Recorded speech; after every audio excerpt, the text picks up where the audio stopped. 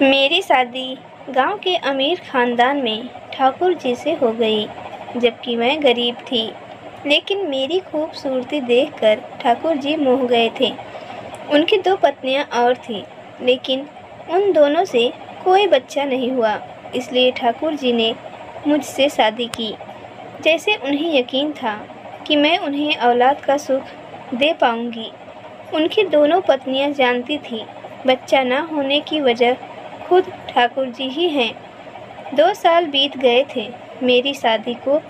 एक दिन अचानक पता चला कि मैं माँ बनने वाली हूँ। ये खबर सुनकर दोनों पत्नियों के पैरों तले ज़मीन खिसक गई, क्योंकि ठाकुर साहब के यहाँ मैं छोटे के बाद आई थी, लेकिन मझली मैं ही कहलाई। ठाकुर साहब के पास 20 गांव की माल गुजारी थी। महल नुमा बड़ी हवेली के बीच में दालान और आगे ठाकुर साहब की बैठक थी। हवेली के दरवाज़ों पर 24 घंटे लठैत रहते थे। हाँ, तो बड़ी ही ठाकुर साहब के सबसे करीब थी। जब ठाकुर साहब कहीं जाते तब वे घोड़े पर कोड़ा लिए बराबरी से चलती। उनमें दया धर्म नहीं था। पूरे गांव पर उनकी पकड़ थी। कहाँ से कितना पैसा आना है, किसके ऊपर कितना पैसा बकाया है, इसका पूरा हिसाब उनके पास था। ठाकुर साहब 60 साल के आसपास हो चले थे और बड़ी 50 के करीब थी। ठाकुर साहब को बस एक ही गम था कि उनके कोई औलाद नहीं थी। इसी के चलते उन्होंने पहले छोटी से शादी की थी और 6 साल बाद अब मुझसे। छोटे को राजकाज से कोई मतलब नहीं था। दिन भर ऐशो आराम की ज़िंदगी गुजारना उसकी आदत थी। वह 45 के आसपास हो चली थी, लेकिन उसके आने के बाद भी ठाकुर साहब का गम कम नहीं हुआ था। कहते हैं कि उम्मीद पर दुनिया टिकी है, इसलिए ठाकुर साहब ने मुझसे ब्याह रचाया था। मेरी उम्र यही कोई 22-23 साल के आसपास चल रही थी। मैं गरीब परिवार से थी। एक बार माधवपुर गांव में जब ठाकुर साहब आए थे, तब मैं बच्चों को इकट्ठा करके पढ़ा रही थी। ठाकुर साहब ने मेरे इस काम की तारीफ़ की थी और वे मेरी खूबसूरती के दीवाने हो गए थे। और न जाने क्यों उनके दिल में आया कि शायद मेरी वजह से उनके घर में औलाद की खुशियाँ आ जाएंगी। मेरी माँ तो इस ब्याह के लिए तैयार नहीं थी, लेकिन पिताजी की सोच थी कि इतने बड़े घर से रिश्ता जुड़ना इज्जत की बात है। खैर, बहुत शानो शौकत के साथ ठाकुर साहब से मेरा ब्याह हुआ। जैसा कि दूसरी जगह होता है, सौतन आने पर पुरानी औरतें जलन करती हैं, लेकिन यहाँ ऐसा कुछ नहीं था। बड़ी ने ही मेरी नज़र उतारी थी और छोटी मुझे ठाकुर साहब के कमरे तक ले गई थी। मेरे लिए शादी ब्याह की बातें एक सपने जैसी थी, क्योंकि गरीब घर की लड़की की इज्जत से गांव में खेलने वाले तो बहुत थे, पर इज्जत देने वाले नहीं थे। इसलिए जब ठाकुर साहब के यहाँ से रिश्ते की बात आई, तब मैंने भी नानुकुर नहीं की। अब बड़ी और छोटी के कोई औलाद नहीं थी, इसलिए आपसी तनातनी वाली कोई बात नहीं थी। हाँ, तो मैं बता रही थी कि बड़ी ही ठाकुर साहब के साथ गांव-गांव जाती थी और वसूली करती थी। ऐसे ही कई एक बार वे दूसरे गांव गई। वहाँ सब किसानों ने तो अपने कर्ज का हिस्सा ठाकुर साहब को भेंट कर दिया था, लेकिन सिर्फ बिरजू ही ऐसा था जो खाली हाथ था। वह हाथ जोड़कर बोला, ठाकुर जी, ओले गिरने से फसल बर्बाद हो गई। पिछले दिनों मेरे माँ बाप भी गुजर गए। अब इस साल आप कर्ज माफ़ कर दे तो अगले साल पूरा चुकता कर दूंगा। लेकिन बड़ी कहाँ मानने वाली थी। उन्होंने लठैतों से कहा, बांध लो इसे, इसकी सज़ा हवेली में तय होगी। मैं जब ठाकुर साहब के यहाँ आई, तब पहले पहल तो किसी बात पर अपनी सलाह नहीं दी थी, लेकिन ठाकुर साहब चाहते थे कि मैं भी इस हवेली से जुड़ूं और जिम्मेदारी उठाऊं। धीरे धीरे मैं हवेली में रच बस गई और वक्त ज़रूरत पर सलाह देने के साथ साथ हवेली के काम काज में हिस्सा लेने लगी। रात हो चली थी कि तभी हवेली में हलचल हुई। पता करने पर मालूम हुआ कि ठाकुर साहब आ गए हैं।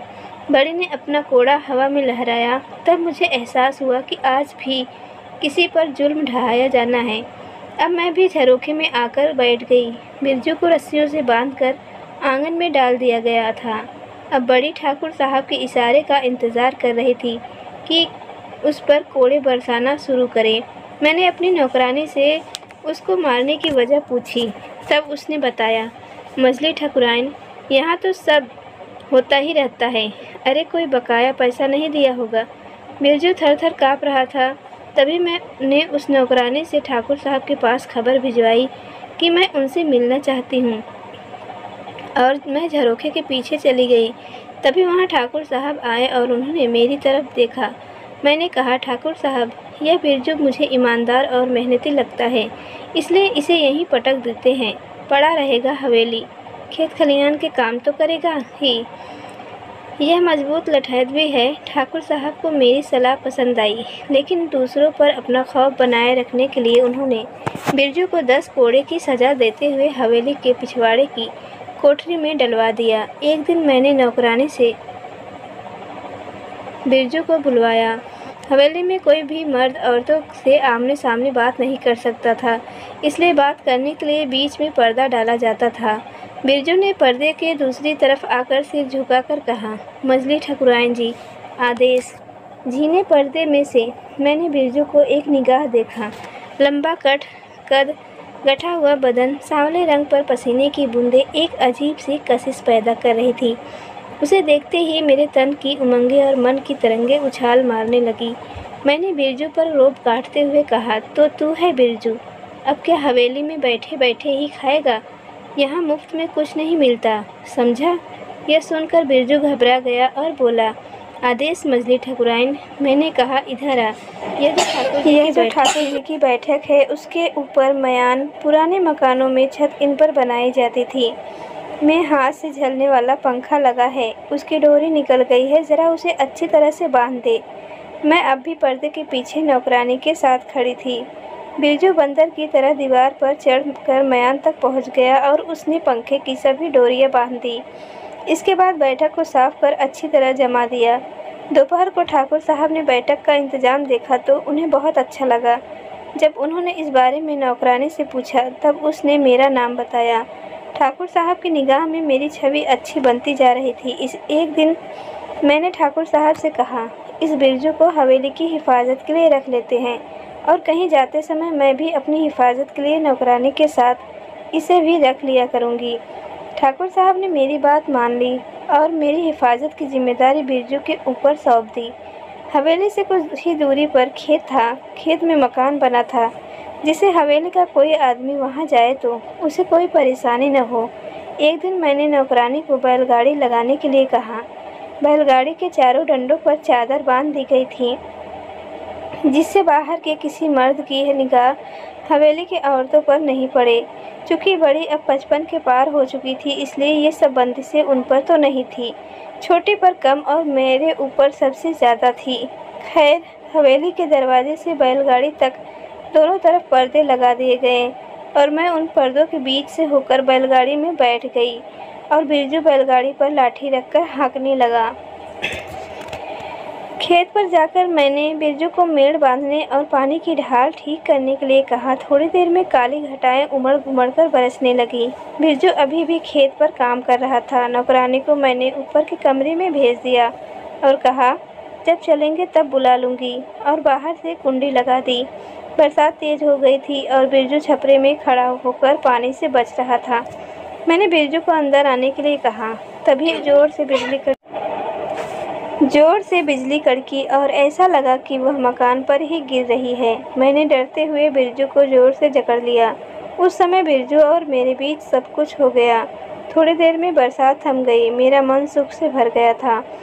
बिरजू मुझसे आंखें नहीं मिला पा रहा था। मैंने उसे फिर से खेत पर भेज दिया और ऊपर के कमरे में नौकरानी, जो अभी भी सो रही थी, को झिड़क कर उठाते हुए कहा, क्या रात यहीं गुजारने का इरादा है?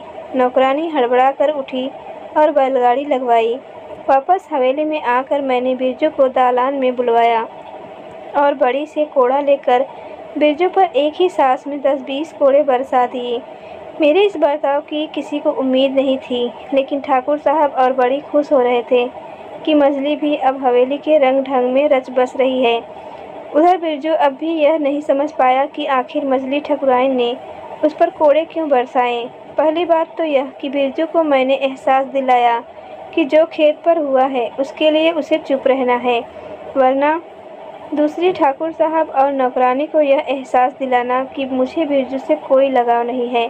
तीसरी यह कि अगर हवेली में मेरे से वारिस आता है तो उस हक के लिए मैं कोड़े भी बरसा सकती हूँ।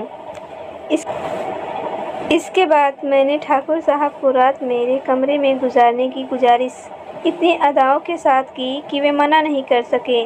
मैं खुद नहीं समझ पा रही थी कि यह औरतों वाला तिरिया चरित्र मुझ में कहाँ से आ गया, जिसके बल पर मैं अपने इरादे पूरे कर रही थी। अगले दिन मैं पहले की तरह सामान्य थी। नौकरानी से बिरजू को बुलाकर हवेली की साफ सफाई कराई। वह अभी भी डरा और सहमा हुआ था। समय अपनी रफ्तार से गुजर रहा था। आज ठाकुर साहब की खुशियों का पारावार नहीं था। हवेली दुल्हन की तरह सजी हुई थी। दावतों, कव्वाली और नाच गानों का दौर चल रहा था। कब रात होती कब सुबह मालूम नहीं पड़ता। जो पैसा अब तक हवेली की तिजोरियों में पड़ा था, खुशियां मनाने में खर्च हो रहा था। जगह जगह लंगर चल रहे थे, दान धर्म चल रहा था। और हो भी क्यों नहीं, ठाकुर साहब का वारिस जो आ गया था। बड़ी और छोटी भी औरत थी और इतने दिनों तक हवेली को वारिस नहीं देने की वजह वे जानती थीं, लेकिन इसके बावजूद वे यह समझ नहीं पा रही थी कि मजली ने यह कारनामा कैसे कर दिया।